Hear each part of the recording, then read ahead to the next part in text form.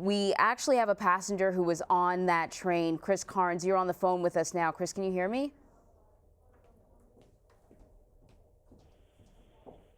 All right, Chris, can you hear me? Yes, I can hear you. Okay, great. So you were tweeting out this morning. Chris, you were on this train? Yes, I was on this train. We boarded it at the New Tacoma station.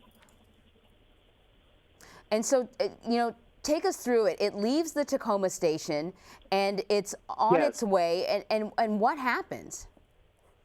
Yeah.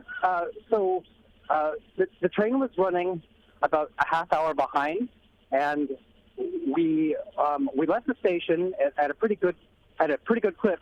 The section of the train is the track is supposed to be rated for a maximum speed of 79 miles per hour for this section, and we had just passed the city of DuPont, and it seemed like we were going around a curve, and all of a sudden we felt sort of this rocking and creaking noise, and then all of a sudden it felt like we were heading down a hill, and the next thing that we know, like, we're being slammed into the front of the front of our seats, and the windows are breaking, and then we stop, and there's water that's gushing out of the top of the train, and all the lights go out, and people are screaming.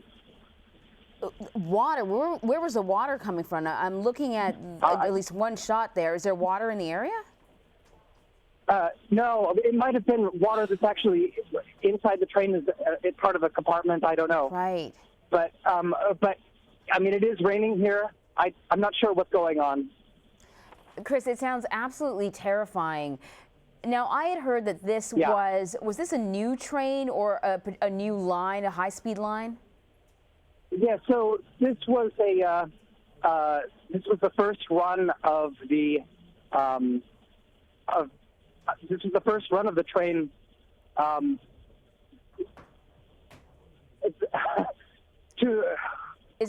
sorry. No, that's okay. You've been through a lot.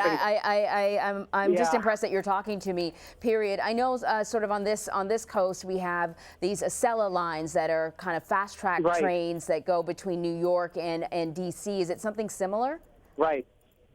Yeah, well, the tracks for this line were supposed to be upgraded to be able to handle higher speeds. I'm not sure what happened at this juncture, but that's not that's not something that I know. But there are emergency crews everywhere helping all of the injured. So you're in the car.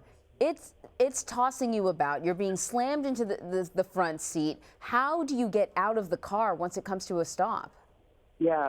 So the emergency doors weren't functioning, and so what we had to use we had to remove the strip around the emergency window and then kick the window out and then climb out that way.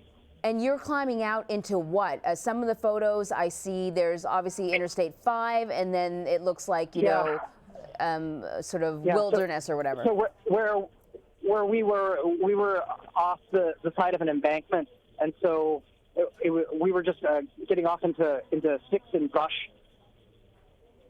And so were there other people that were trapped? Because I'm seeing a car that's basically hanging off of the overpass.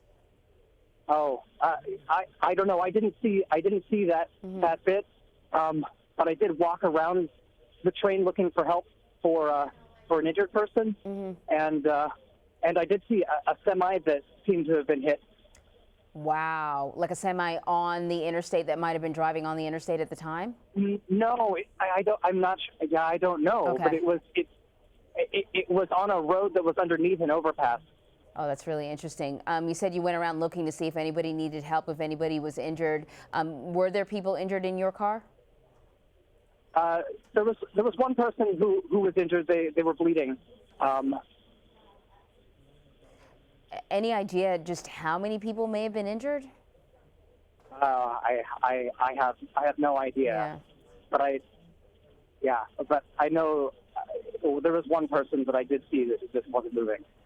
Just to let everybody know what we're covering right here, this breaking news. It's a train derailment in Washington State. It happened, would you say, Chris, maybe around shortly after 8 a.m.? What time would you say this happened? Oh, well, let's see. We left the train station at, I want to say, 7:15 or so, and we were only on the train for maybe 20, 25 minutes.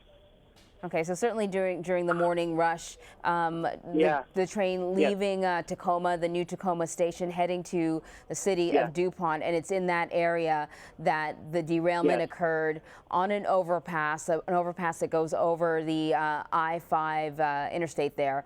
And could you tell when you sort of were walking around just how many cars seemed to be off the track? Oh, I can count them from here. Yeah. 1, 2, 3, 4, 5, 6, 7. Holy smokes, that's a lot. That's probably that's a significant derailment. It's pretty much the only thing that's still on the tracks is the rear diesel engine. Wow. And is there a car that's literally sort of hanging from the overpass down to the interstate? Yes. That's I believe the third car